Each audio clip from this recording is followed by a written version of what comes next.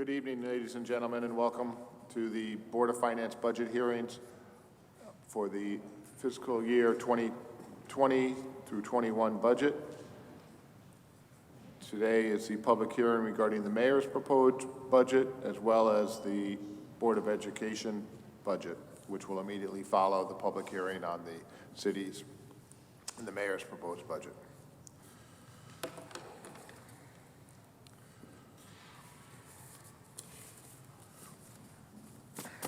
I think many of the members of the public may have gone through this process previously, but essentially the way it was worked, we would invite anybody who would like to speak on the mayor's budget to go to the podium, state their name and address for the record, and then address their comments to the board. Unfortunately, we typically don't answer any questions, so it's just an opportunity for us to hear your comments and take them into consideration when we act upon the budget over the next few months. So at this point, I'd like to invite any members of the public who would like to address the board in regards to the mayor's proposed budget to do so at this time.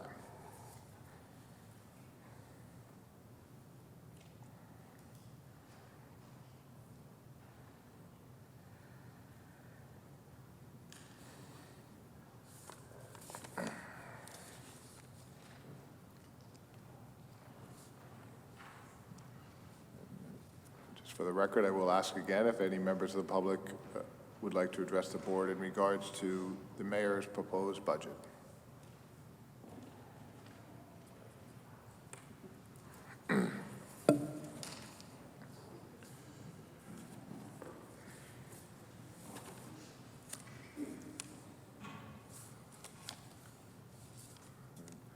Just for the record, if someone does come in later and wants to address the board on the mayor's proposed budget, we will allow them to do so. At this point in time, we will move on to the Board of Education budget. I would like to note for the record that the board has received some written correspondence, which we will submit into the record. Is this for the city comments? Can I make a comment on the city side of the budget? Yes, you may. Sorry. Welcome, Emmeline. Hi. How are you? Good. How are you? My name is Emmeline Harrigan. I'm a resident in Milford, and I just wanted to, on the city side of the budget, request that you start to look at actually providing programming funding for the Milford Public Library. I think that most Connecticut municipalities actually provide some sort of programming budget for their libraries. I don't know if you recently saw a news piece where it said that actually more people in the population actually went to the library over the last year instead of the movie theater. And libraries serve people from young to old and everybody in between. And I frankly think it's pretty shameful that Milford doesn't actually provide programming dollars, that all of it has to be fundraised. So I would make a request that we start to look at initiating some sort of programming dollars in our municipal side of the budget. Thanks.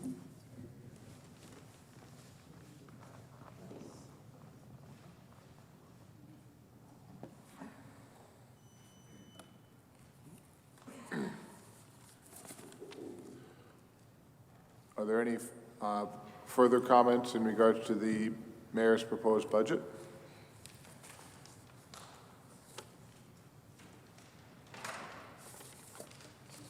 If none, we'll move on to the Board of Education budget.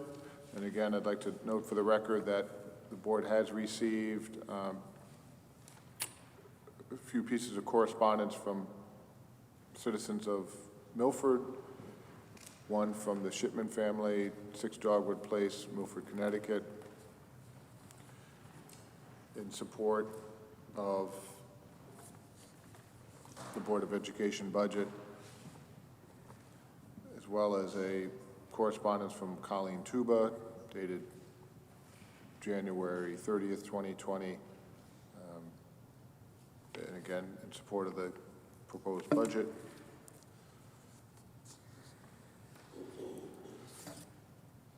And lastly, a correspondence dated January 22nd, 2020,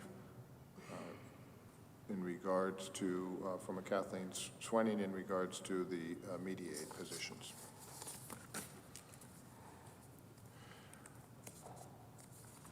So at this point in time, I'd like to invite any members of the public who would like to address the board in regards to the Board of Education budget to do so at this time. Are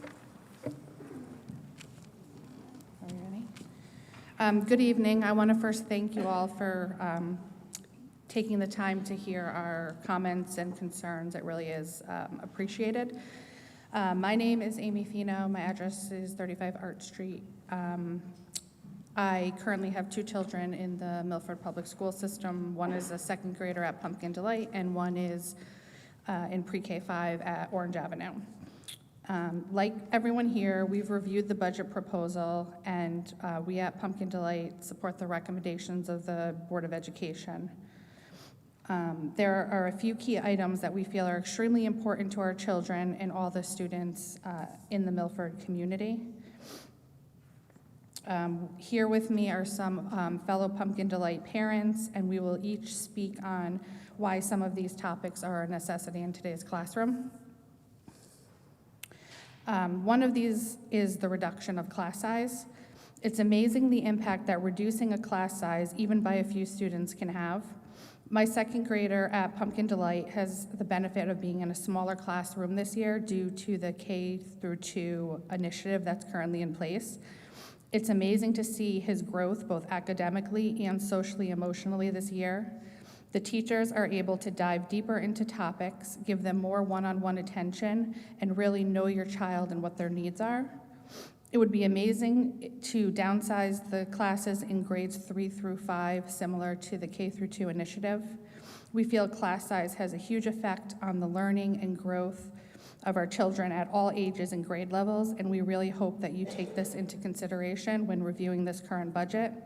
We have an amazing school system, but we need to continue to invest and progress to keep it that way. Thanks so much for your time. Good evening. My name is Jennifer Pia, and I reside at 18 Datura Avenue. As the parent of a second grader at Pumpkin Delight, I am here to voice my support for the implementation of science labs in all Milford public schools. The educational community has an obligation to prepare its students for the world that awaits them after their schooling. It is becoming ever apparent that many future employment opportunities in daily life will be controlled by the sciences. According to the U.S. Department of Commerce, STEM occupations are growing at a rapid rate, much more than many other occupations. Advancements in technology, robotics, and climate changes are going to create a need for people to not only be scientifically literate, but to possess the necessary skills to problem solve and create scientific solutions to these challenges. Effective teaching and learning of science involves seeing, handling, and manipulating real objects and materials. It is imperative that the Milford Public School System equip all schools with high-quality science labs and instructors so that our Milford students are afforded hands-on, real-world experiences with the sciences. Providing these opportunities at the youngest age possible will give our students the competitive advantage they need to succeed. And who knows, maybe the next Marie Curie or Albert Einstein might be from Milford. Thank you. Hello, my name is, Carolee Schultz, and I reside at 100 Seaflower Road. I have a 4-year-old in the Ready to Learn program at Pumpkin Delight, and I have a 2-year-old who will start the Ready to Learn program in August. The children of the city of Milford deserve to continue to reap the benefits of an expanded world language program. For our pre-K to second grade students, the advantages are plentiful.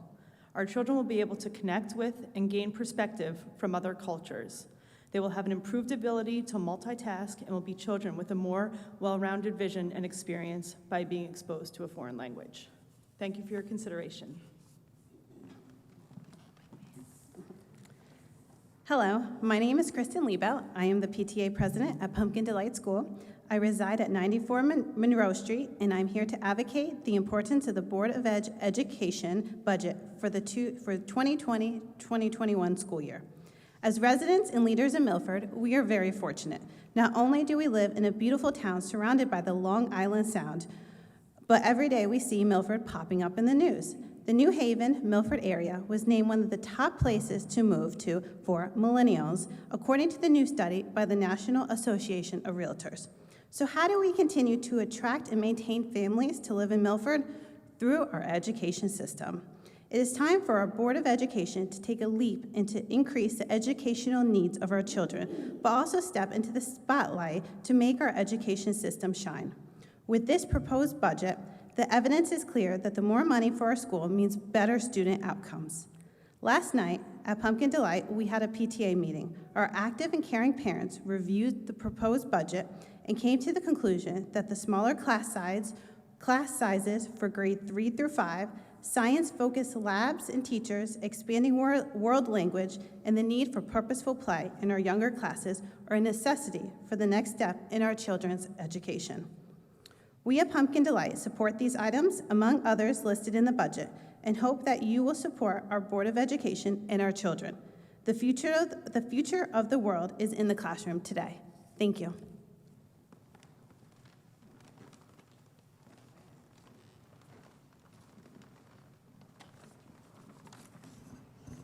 Hello, my name is Maria Walter. I live at 45 Harvest Lane.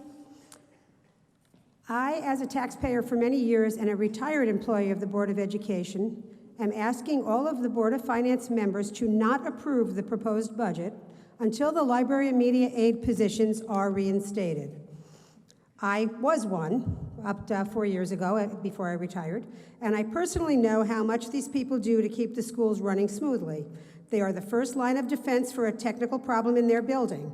They are the right-hand people to the school's media specialists. They help with library tasks, they help administration, staff, and most of all, students. These are not high-paying positions, yet these employees are loyal and eager. They fill in for the media specialist when she is absent, thus also saving money on a substitute teacher. There is no way technicians based out of Parsons could possibly provide the same service as someone who resides in the building and is loyal to their job. I'd like to also bring up that just wiping out these positions takes a lot away from the people who are currently in them. These people have stayed for years, worked toward a promised pension and retirement benefits. If these jobs are totally wiped out, these people will have nothing. There have to be other, kinder ways to cut costs. Perhaps we don't need modern college-style media centers at this point. Perhaps the furniture budget could be looked at and cut. To me, it looks like we are replacing important positions with material objects. That furniture will not last forever. Thank you.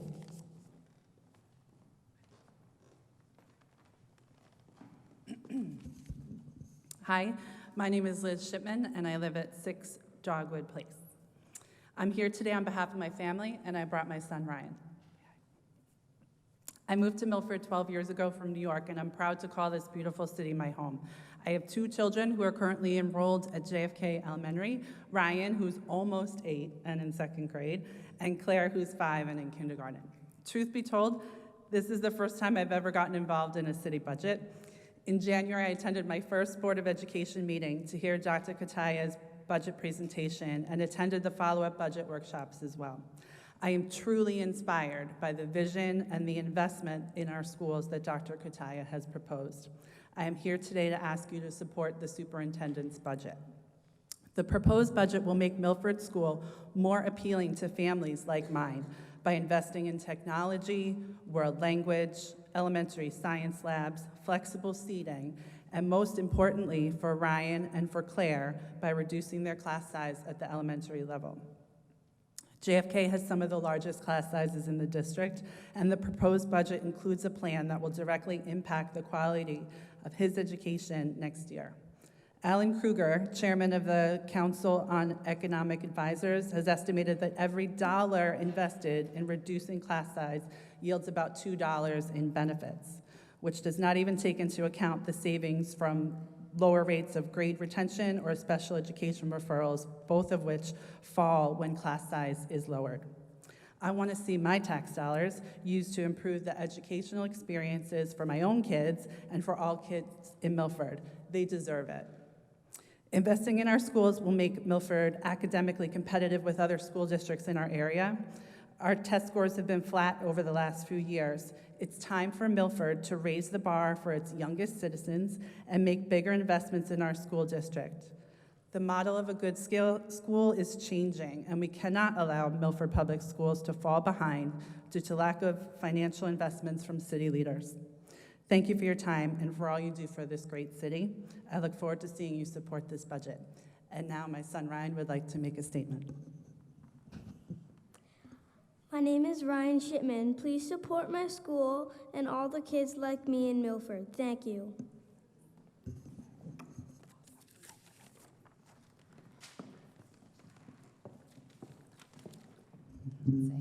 Good evening. Good evening. My name is Katie Liphart. I live at 269 Housatonic Drive. I'm here tonight to speak on behalf of my daughter, a third grader at JFK, my son, who is currently in pre-K at Orange Avenue and is a future JFK student, and all of the other students at JFK and throughout the district. As an educator myself, I believe that it is imperative to our students' success and the overall success of the district to approve this proposed budget. When looking at the district data, it appears that over the last 3 years, we have made minimal increases. One could probably say that we're at somewhat of a plateau at this point. With the exception of a couple of schools last year, the entire district has remained at a performance index that ranges from the 50s to the 70s in math, ELA, science over the last 3 years. Even when looking at cohorts of students, the growth is minimal, and in some cases, it's non-existent. In order to compete with surrounding towns so that our students are prepared to be competitive, we need to make some changes. It is our responsibility as parents, teachers, administrators, and as a district to create lifelong learners and prepare our kids to be successful once they leave us. To do that, we need resources and learning environments that promote student learning, which means smaller class sizes, especially in the younger grades 3 through 5, where they're just beginning to establish themselves as learners and they begin taking state tests. They need an environment that will help to foster growth and encourage rigor. Overcrowded classrooms are not optimal for creating the study habits that are necessary to be successful. We need to stay ahead of the technological curve and continue to prioritize our students' social and emotional learning. This budget proposes to do all of the things that I have mentioned. The proposal includes expansion of the high-quality instruction for teachers, adjustments to elementary class guidelines, world language instruction, focus on science instruction, technology, and continued focus on social and emotional learning. These are all of the things that will help Milford students and Milford Public Schools be successful. Thank you. Hello, my name is Laura St. John Schultz. Please bear with me, I lost my voice, had a cold. I'm here as a parent and as a Milford resident. I live at 89 Berkeley Terrace. I have 2 children in the Milford Public Schools. I'm also a business owner here in Milford. I'm a photographer.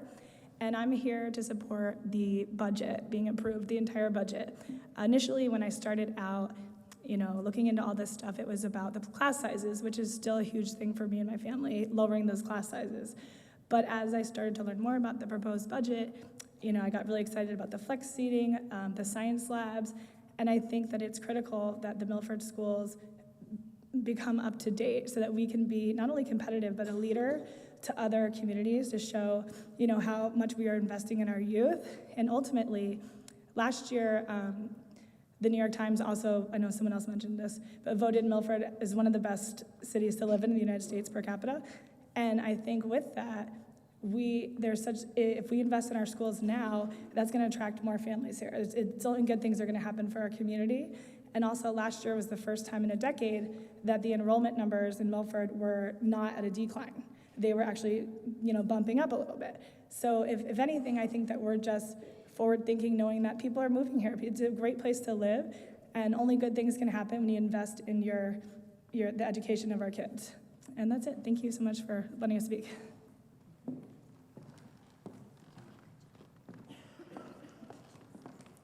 Hi, my name's Kate O'Neill. I live at 20 Granville Avenue. I hope some of you received my letters. I did send one to all of you, so I hope you guys got it. I know that you did, so thank you very much for responding to me. I'm here tonight with my 6th grader, Brady, my 4th grader, Dylan, my 2nd grader, Aubrey, and my husband, Jim. We purchased our home in Milford 15 years ago, and we were at a stalemate. I'm a Stratford girl, Jim's a Milford guy. I wanted to live in Stratford, he wanted to live in Milford. With stars in my eyes and young love, he won. He got Milford. But secretly in the back of my mind, I was always thinking, well, we'll just move back to Stratford when we have kids because the schools are better there. Because when I grew up, the schools were better in Stratford than they were in Milford. Well, I didn't get my way because lo and behold, when Brady entered school, Milford schools were better. So here we are, 15 years later in the same home in our community that we love so very much. We're invested and we're hoping to grow with some lifelong Milford residents, the same way that my husband is a lifelong Milford resident. What's going to keep us here is our school system. We need investment and progression. The vision that Dr. Kutaya has can only improve every single Milford student's experience. I have to say, the thing that is closest to my heart is obviously class size. That decrease in classroom guidelines for grades 3 through 5. However, I do want world language expansion. I do want STEM programs and robotics. I want more things offered to my children when they reach high school. I want more career paths. There's so many things that we can do to help build up our investment in our children. And the thing that is going to keep families who love this city so much here is investing in the school system. It can only get better, and who knows? These guys may be sitting in your seats in 40 years and maybe having the same conversation from a new mom saying, I want to do better for my kids. So I really, really hope that you will approve this budget, support our kids, and support the future of Milford, because that's really what we're doing. We're the building blocks for the future, everything that you do. So thank you for your service to our city. Thank you for listening to us. And thanks for letting us be here to advocate. Good night. Hi, my name is Amy Donegan. I live at 84 Edgemont Road in Milford. I am a lifelong Milford resident. I have two boys, one in 3rd grade at JFK and one at West Shore in 7th grade. And I've been nothing but happy with the Milford public school system. But I will say it's time to evaluate the budget. I am in support of Dr. Kutaya's budget. One thing that's particular struck me, as I'm hearing from a lot of our Pumpkin families and from JFK, are the class size. I know a lot of parents with 2nd graders coming up are thinking about it in the future. I've kind of seen it both now with my two boys, my youngest being in 3rd grade. This year he has 11 more students in his class than he did last year. And maybe he just got lucky last year, but it's a huge difference. I'm an early childhood educator as well as a trained elementary educator. One thing we know about child development is transitions and fostering that social emotional development, and that's so huge, and I see a big push in that. I think that's much harder when we're increasing the class size that much for the teacher, but also for the children. It's a big difference. So I just want to, again, support my give my support for Dr. Kutaya's budget, and thank you all very much for listening to all of us. Appreciate it.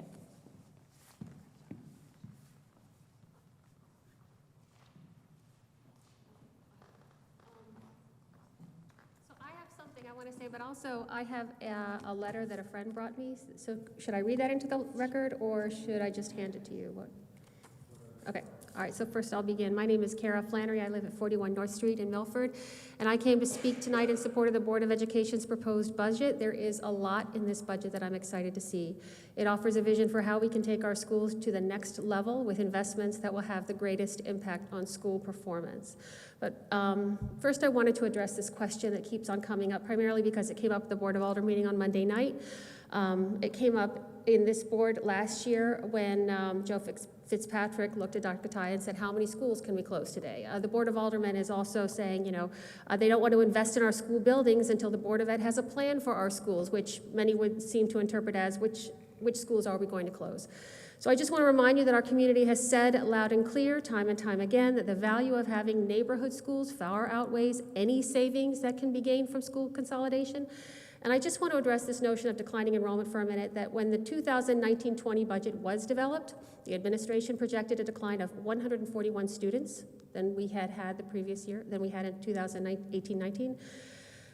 But in October of 2019, we had a decline of only 9 students. So we picked up students every grade, K to 7, and our kindergarten class jumped from 345 to 389. That's an increase of 34 students. So, one thing that makes enrollment figures very tricky to predict is that they're based on live births in Connecticut, and they cannot predict shifts in population due to families who move into the area. And in addition to our great schools, there are a lot of reasons why families would choose Milford. Mayor Blake has prioritized new health and recreational amenities all over town, new playgrounds, beachside bathrooms, more miles of walkable sidewalks, rehab tennis and basketball courts, revamped ball fields. These are all amenities families love. And we've seen the press that more millennials are moving to Milford. And I just want to clarify, a millennial is anyone born between 1981 to 1996. That's the ages of 24 to 39. This is the age when people start their families and are most likely having children. So this is the time to look at investing in our schools, to take them from good to great so that this trend can continue. This budget represents that vision for our schools, the schools that families want in Milford, and I ask you for your support. And so now I'm just going to read a letter from Jessica DeYoung. Jessica DeYoung she's a resident at 74 Oriole Lane. Apologies for not being able to attend this evening, but I am presiding over another meeting at the same time. First and foremost, thank you to the members of this board for your volunteerism. Time spent serving your city is time spent away from your friends and family, and for that, we should all be grateful. I'm writing tonight to convey my support for the 2020-2021 school budget as approved by the Board of Education. Let me start by saying I consider Milford my adopted hometown. I moved to this community nearly 12 years ago. First I rented, then my husband and I purchased a home. We had twin daughters. We started a business and became active in the community. Needless to say, my family has put down roots in Milford. 2 years ago, I stood before this board conveying my support for the school budget. At that time, our community was in the process of hiring a new superintendent of schools. My remarks to this board were that in order to attract top talent, we as a community needed to show prospective candidates that we support our public schools. Now, here we are, 2 years later with a new superintendent, and I am an active parent in my kids' school community, and there is a marked difference in engagement from all of the adults, which no doubt trickles down to the kids. Kids are curious beings who learn with every single one of their senses. If we all try hard enough, we can bring ourselves back to elementary school in our experience. My recollection of science includes a textbook. It wasn't until I was in high school that I learned in a science lab. What I experienced is not good enough for Milford's kids.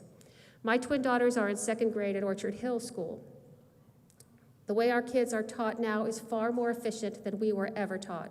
2 years ago, I had the pleasure of volunteering at school with the math coach to help him record video tutorials for parents. In all honesty, I'm using these math strategies in my daily life.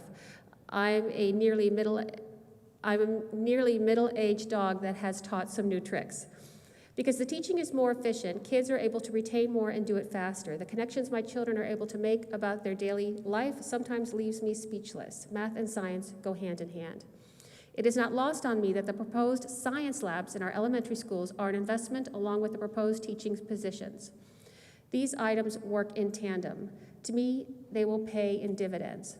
There are folks in our community that like to talk about test scores. I agree that it's unacceptable to be middle of the pack. We should be higher, especially in a city like Milford. Investments in our public schools are similar to investments in renovations to our homes. They add value for everyone. We have a healthy grand list. As an electorate, we continue to put the people in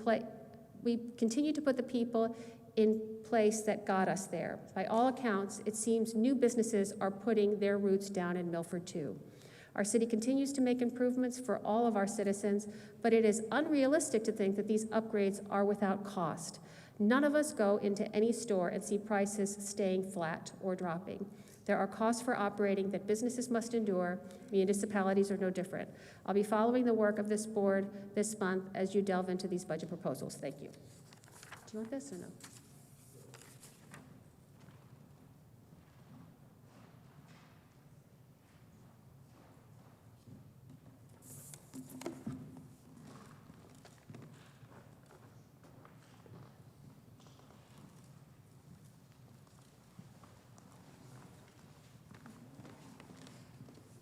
Hi, my name's Emmeline Harrigan. I live at 107 Ornoak Road.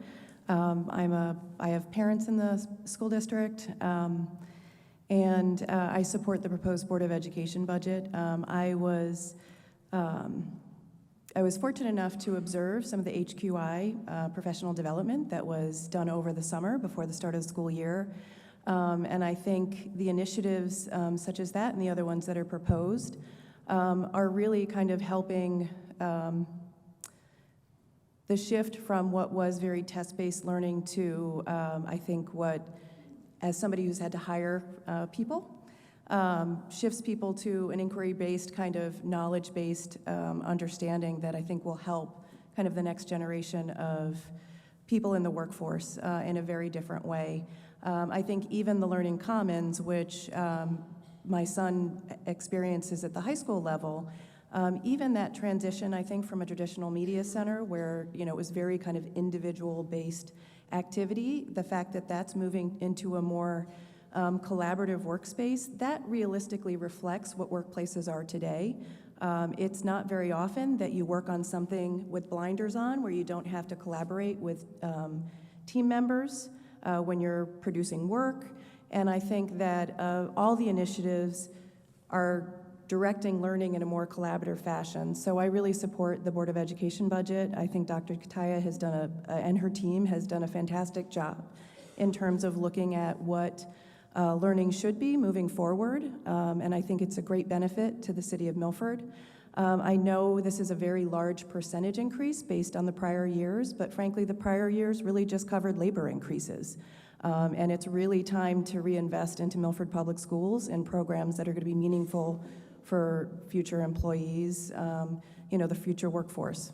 Thanks.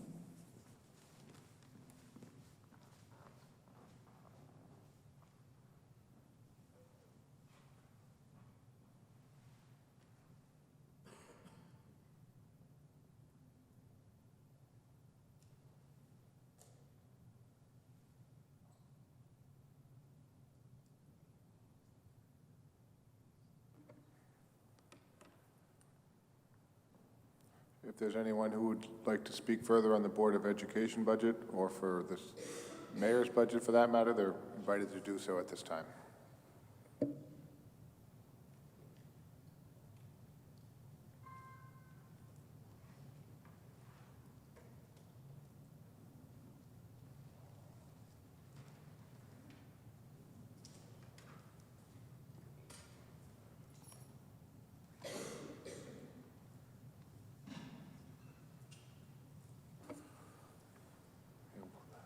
One more call, last opportunity to speak on either the mayor's budget or the Board of Education budget.